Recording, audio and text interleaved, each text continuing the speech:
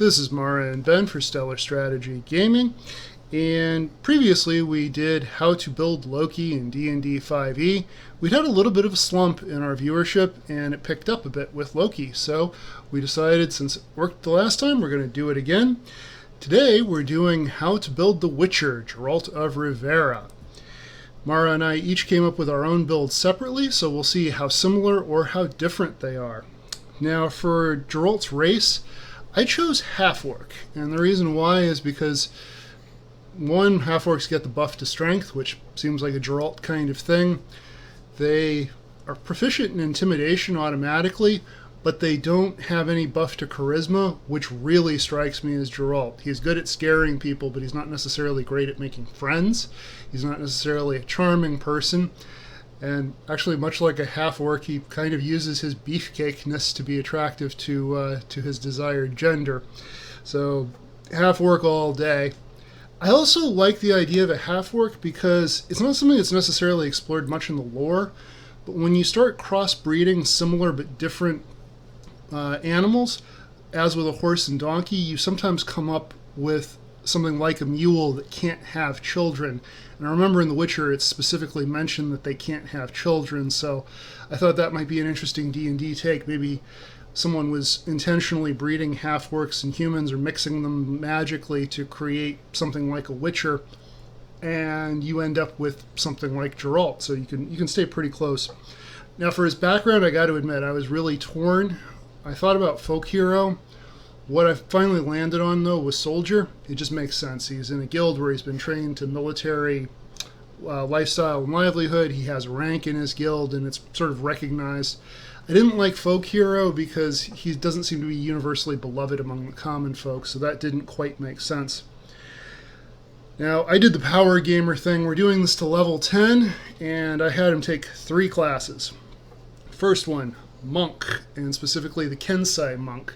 Kensei monk are obsessive about their weapons, and there again, that's Geralt all day. He carries 2 swords. He seems to be he's just about the sword. It's not necessarily the most practical weapon for some of the things he does, but he is really great with that sword. He loves that sword.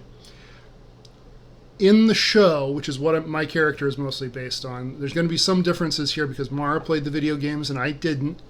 But in the show, we don't see Geralt wear much armor. So that meant that he pretty much had to go monk or barbarian for the unarmored defense. And so we took him to 5th level because you get some extra bonuses to your melee attacks, your unarmed strikes. You get extra attack at that level. For the next block, I took the ranger, and I went to 3rd level with the ranger for him. At that point, you're getting favorite enemy, natural explorer. I took the dueling fighting style. It's not my personal favorite fighting style, but we always see him fight with one sword, a long sword, so that made a lot of sense.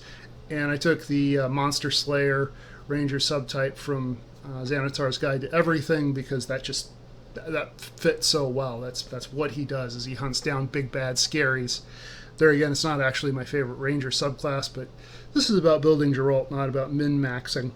And speaking of not min-maxing, I also took 2 levels of Barbarian, because that picks up Reckless Attack, which I could totally see Geralt doing. Like, if he knows he can land the hit, if he takes a little bit of a risk doing it, that's something highly trained fighters will do.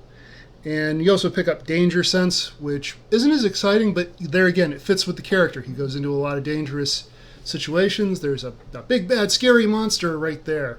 Or waiting in the shadows or whatever. So he's got to be ready to take it on. And he does get a couple of rages at that level. I don't really see Geralt as a rage, go into a blind, furious rage and just totally lose it. But I could see, as in whichever episode it was where he gets attacked by a gang of guys, he goes into a state of combat where he's not necessarily thinking, relying more on instinct and emotion. Yes, so I guess one of my questions is, what would be his highest stat for this build, you think? I think I would go with highest stat being dexterity.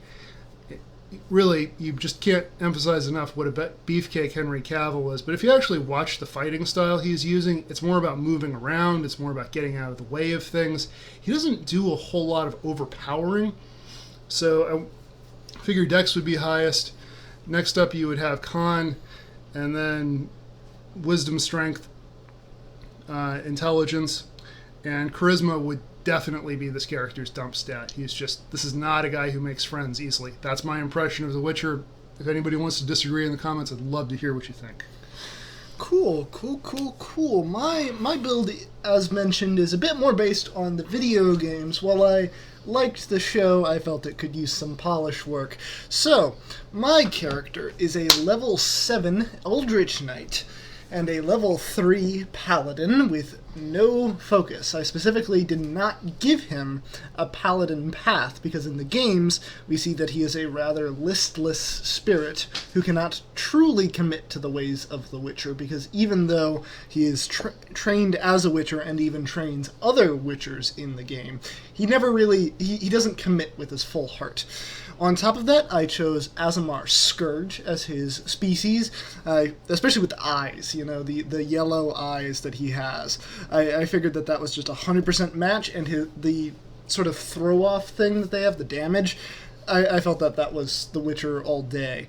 So, and then going forward on top of all of that, I chose that charisma and intelligence were actually my highest scores for him. Because in the game, we see that he's, and I think in the show a bit too, but we see that he's this expert tracker. He can make potions on a whim. He knows any fact book about that monster. He's that one friend at the table who's read the monster manual 3 times and will rules lawyer it. That just seems like him to me. For armor, I largely chose things like studded leather armor, because that's what we get in the game, and I chose simple traveler's clothes for him, because he's not like Jaskier from the show. He's not buoyant, and very little in the video game is buoyant by comparison. So that's what I've got there. He actually only wields 1 sword for that, and in the video game he does end up having 2 swords, but the majority of the game you'll be playing with 1 sword. And the reason why I chose Eldritch Knight is largely because of the fact that I feel he does have magic, but it's so limited in its capabilities. It's almost like an Eldritch Blast at some times when he uses it. So it didn't feel right to give him spellcasting abilities in any way that were cantrips or he could use constantly, because he doesn't do that, and from what we know, he can't really do that. Now, I will have a few questions about the specifics of this build, but before I get into that, what background did you pick for him? For background, I ended up choosing Noble. So we see, actually, for the record, I've only played the first game. There are 3 Witcher games and a lot of books, which neither of us have read. But for Witcher 3, we see that he grows up or exists in a big castle at the start, and it's not one of the bombed out looking castles. It's a proper training ground, and it's fancy, and other Witchers are there, and it's like a proper royal place, even if it's a bit outside of the normal community. Even though it wasn't the way I went with my build, I could definitely see that working if you were basing it on the Witcher from the TV show. Only because in the TV show we do see him at royal banquets, we see him interacting with nobility and even royalty, and they do speak to him virtually as an equal. So your noble background does make a tremendous amount of sense with that. What you were talking about him knowing all the monsters, being able to know all the facts about a monster, that was actually why I chose Ranger for him, because they get the favorite enemy and the favorite terrain. And it seemed fitting with the show, because when he goes into the mountains, he seems a little bit at a miss, and they actually wind up getting ambushed. So even though we're sort of taking different paths to the same route. Now, with his magic, I understand you'd not see this as a magic user who's going to cast Fireball, but maybe is it something where he might do some sort of enchantment on his armor or his weapon ahead of combat? Is that what you were thinking? Yes, and we also see one of the most disappointing but still most important abilities in-game is that The Witcher actually has something called Witcher's Sight, which was not translated into the TV show, and I was both happy and disappointed about that. That's a topic for another time. What it does is it shows you the blood tracks of any non-human creature to a short distance, and it shows you any magical herbs in the region. The reason why I'm disappointed by this is because in the game you can still see this without this ability. It just highlights them in bright pink.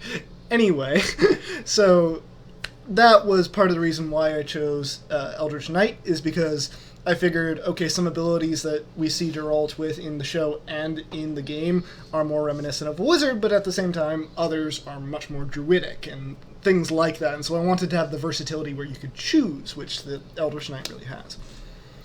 That all makes a lot of sense. It's really interesting, you know, on the Loki video, we had some things very different and some things very similar. On this one, we came up with two completely different builds, but both builds would be great as sort of frontline combat characters with some, you know, with some extra, not just straight fighter builds. I think that's going to about wrap it up for us for this video. I hope you found it enjoyable. Let us know which build you like best. Let us know what you would do if you wanted to make Geralt. Would you do something totally different? Would you make him a scout rogue or something like that? I truly would like to know. And next up, we're going to do something a little bit different. We're going to be playing Overwatch, and I will be playing Overwatch for the first time.